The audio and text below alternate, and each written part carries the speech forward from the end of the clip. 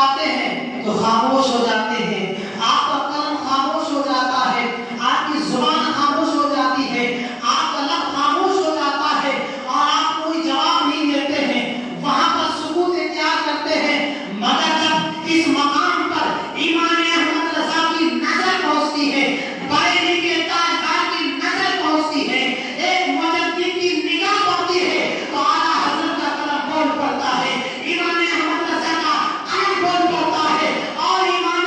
شامی رحمۃ اللہ علیہ کی روح سے معذرت کرتے ہوئے امام اہل سنت رحمۃ اللہ علیہ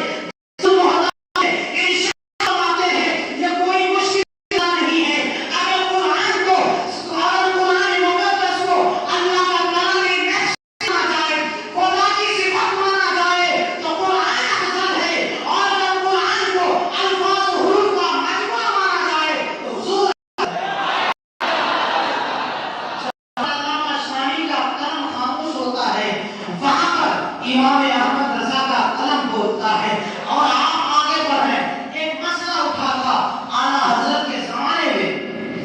کہ کرنسی جو کاغذ کی نوٹ ہے،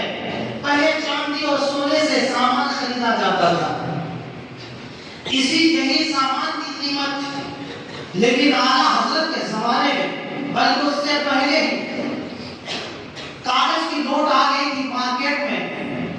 تو مفتیان کرام اور علماء اسلام پریشان تھے کہ اسلام نے تو ہر چیز کو سونا اور چاندی کا ثمن اور قیمت بنایا ہے، یہ کاغذ کی کوئی حیثیت نہیں ہے، بھلا کاغذ کو قیمت کیسے قرار دی جائے؟ علماء پریشان ہیں، بلکہ بڑے بڑے علماء نے اس مسئلے پر خاموشی اختیار کی، بلکہ مکہ کے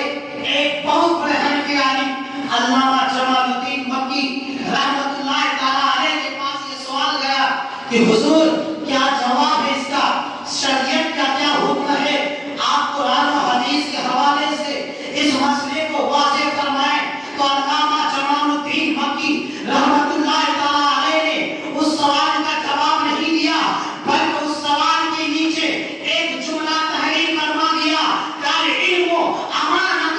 فی عنق العلماء، علم امانت ہے علماء کی گردن پر۔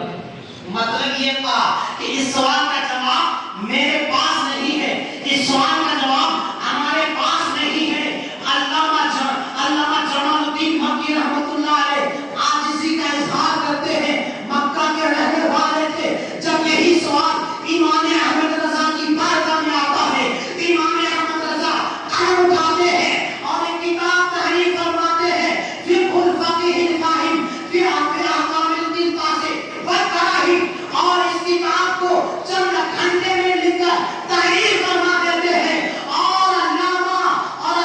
صاحب فتح القدیر علامہ ابن حمام کے حوالے سے جزیہ تحریر فرماتے ہیں کہ اگر کاغذ کے بدلے بھی سامان بیچے تو یہ جائز ہے۔ اعلیٰ حضرت نے فقہ کے حوالے سے اس مسئلے کو چٹکی بھر بجا کر حل فرما دیا، اور جب دوسرے علامہ